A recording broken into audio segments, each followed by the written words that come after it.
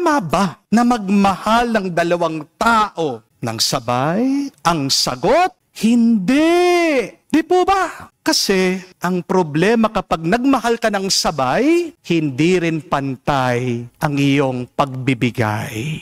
It is possible to love two people at the same time. But it is impossible to love them equally at the same time. Kahit naman po sa mga anak nyo, di po ba? Hindi naman pantay-pantay ang pagmamahal nyo sa kanila. Aminin nyo. May favorite kayo na palaging binibigyan, tinutulungan. May hilig kayong anak na palaging inuutusan.